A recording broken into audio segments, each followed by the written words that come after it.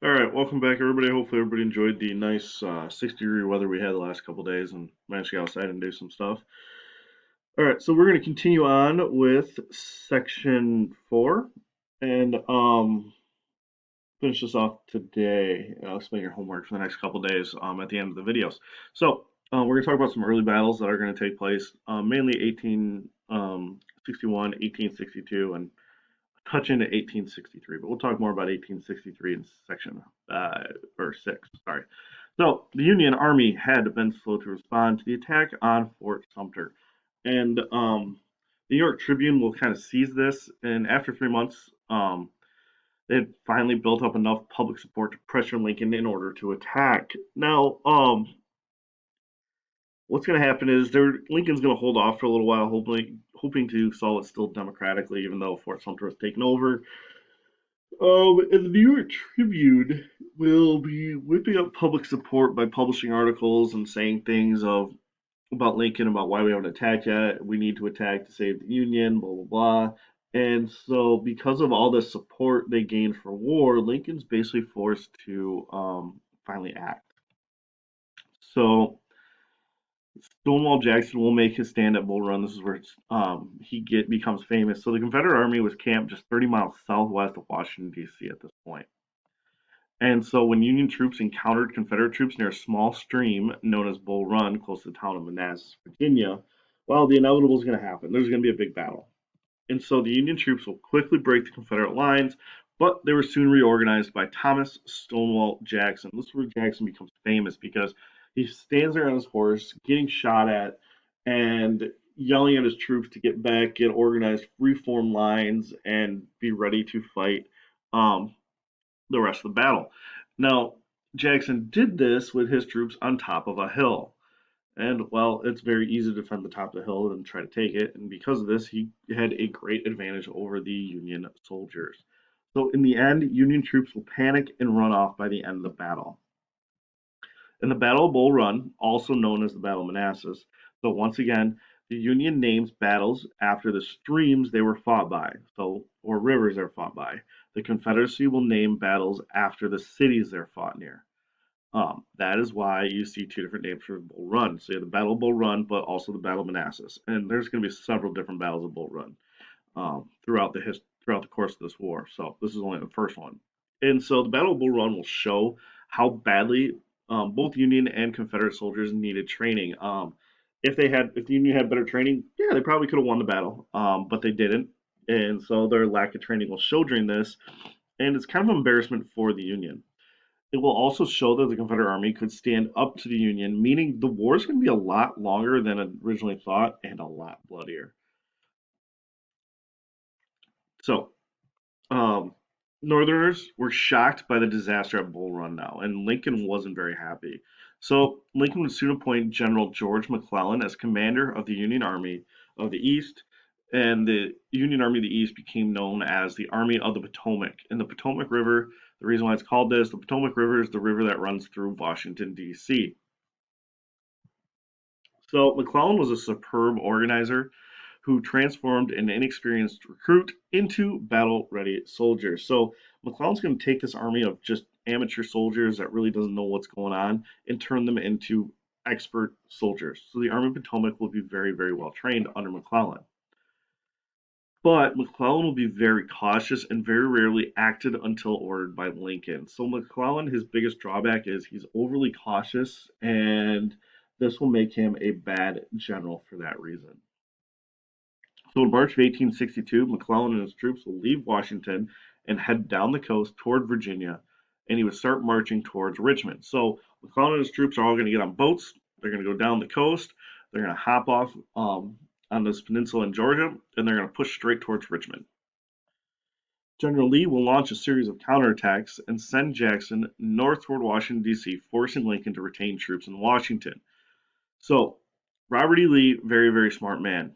He's going to start a series of counterattacks to kind of slow up McClellan right now. And while McClellan's being slowed down, Jackson will take his part of the army and go north and try to attack Washington, D.C., but not really attack Washington, D.C. The whole point of Jackson's maneuver is to force Lincoln to keep the troops and reinforcements that McClellan will need in Washington, BC.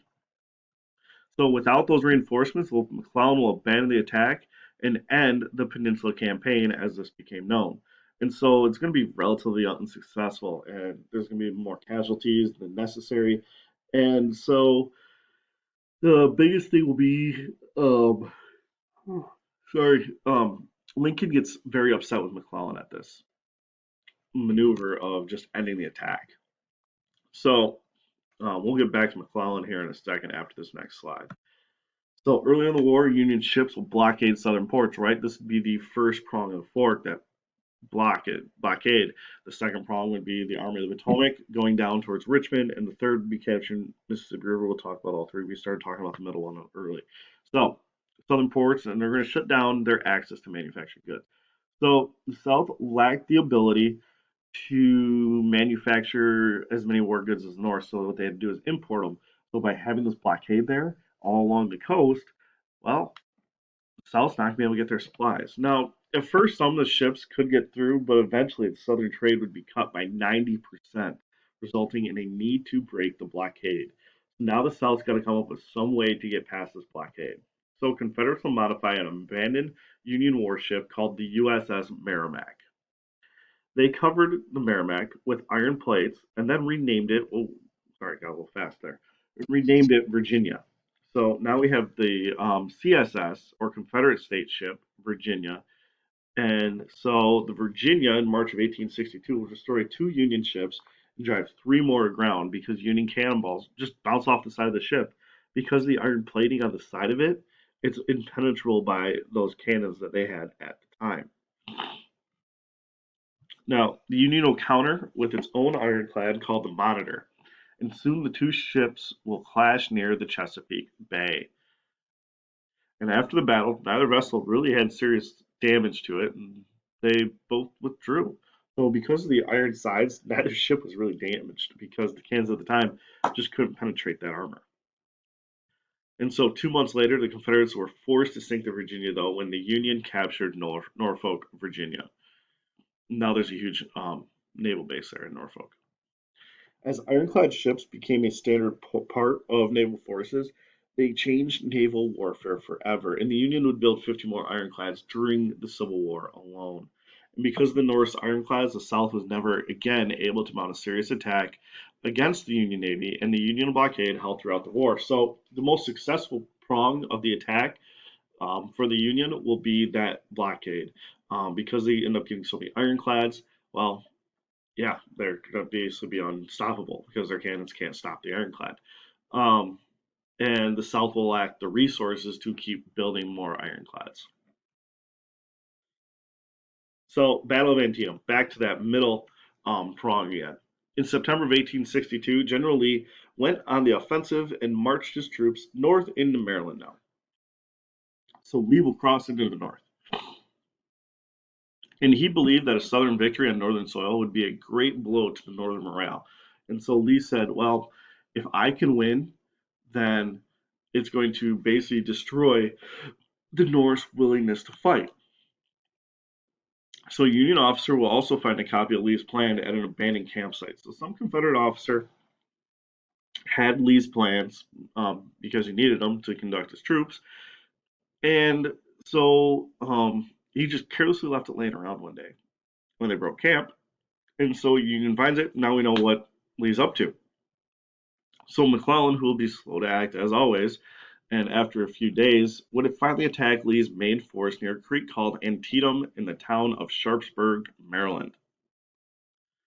More than 23,000 Union and Confederate soldiers were killed or wounded in the one day of fighting. 23,000 people are killed and wounded in one day of fighting. So that day of fighting was so bad that that night Lee ordered his troops back to Virginia, and McClellan would refuse to follow him at this point.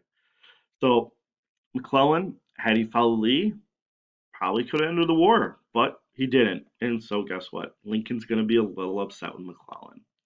So neither side was a clear winner at the Battle of Antietam, but it was important because Lee had withdrawn and the North was able to claim a victory because of this. So this would once again improve Northern morale and make them feel like the war is going a little bit better than it really is. And President Lincoln was still disappointed with General McClellan because he didn't follow Lee into Virginia, so he would replace McClellan with General Ambrose Burnside. This guy had some crazy sideburns.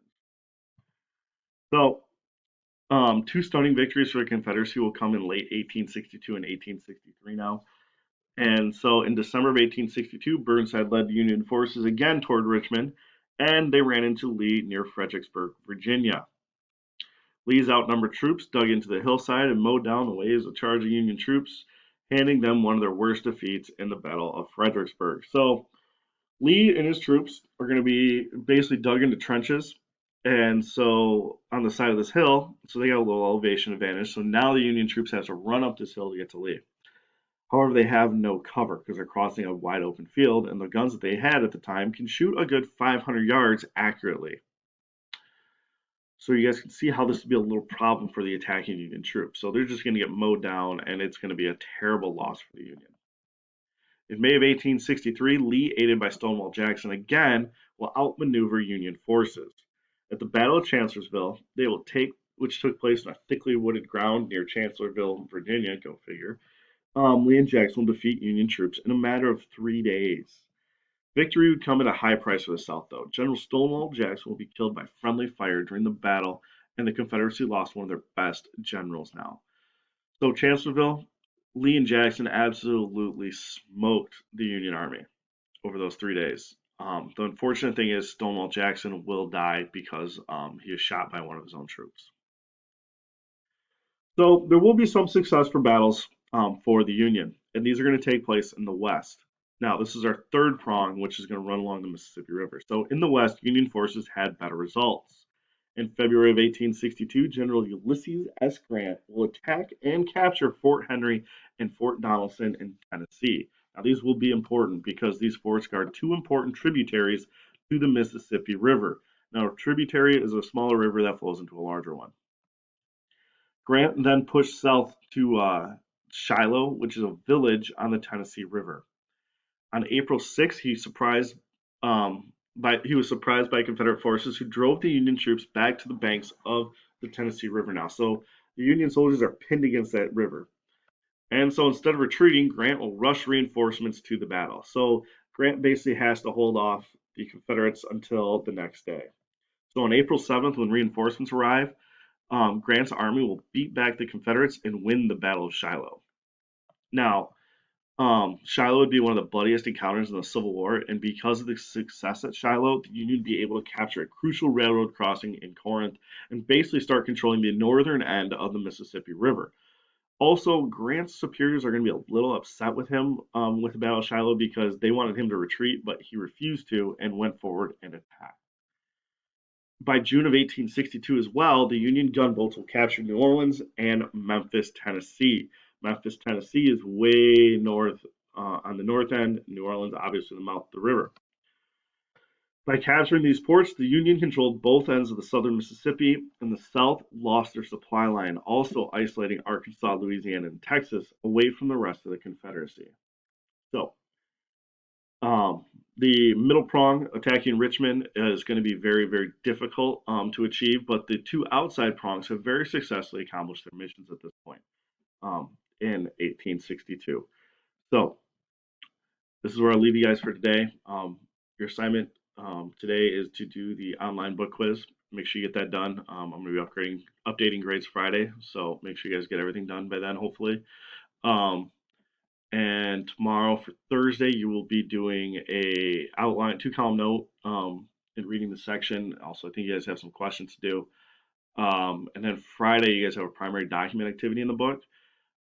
If you want help with your primary document activity, if you get online, go to my teacher website. I have my Zoom posted in there. I will be online on Zoom from 11 to noon on Friday, and I will be able to help you with your primary document activity in case you have any questions. So if you have any questions, please get a hold of me and possibly see some of you guys on Friday if you want help.